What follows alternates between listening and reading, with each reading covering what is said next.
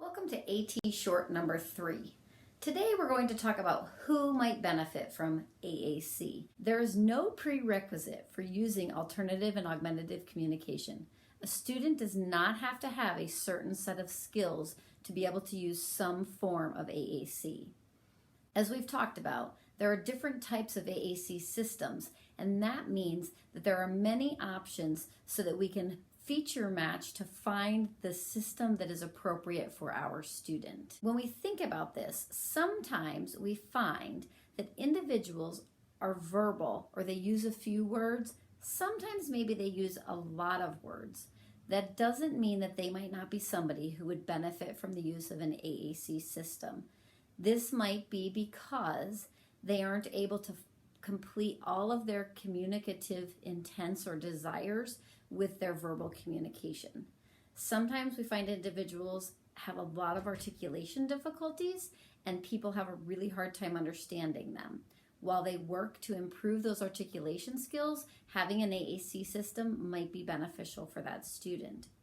We also might find that some students, maybe our friends that are on the autism spectrum, are able to verbally communicate in certain situations without any problem, but in other situations find themselves unable to verbally communicate. Just because they have the verbal ability during those situations when they can, doesn't mean that they wouldn't benefit from an AAC system so that they can meet their needs when they aren't able to verbally communicate. Then we have our students that aren't able to verbally communicate with us at all, or they have a very, very limited number of words that they can use. When we find that we're working with these students, it is imperative that we find a means for them to communicate.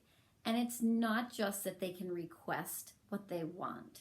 We want to see our students be able to communicate what they want and need, but we also want to be able to see them interact with their peers, state information, ask questions, answer questions, participate in conversations. The list goes on and on. If you took a look at the different types of things that you said throughout a day, most of them are not requests. Because of this, we need to provide a system for our individuals and a means of communication that allows them to communicate across these varieties of topics, areas, and situations. Giving our students access to AAC might help them do that.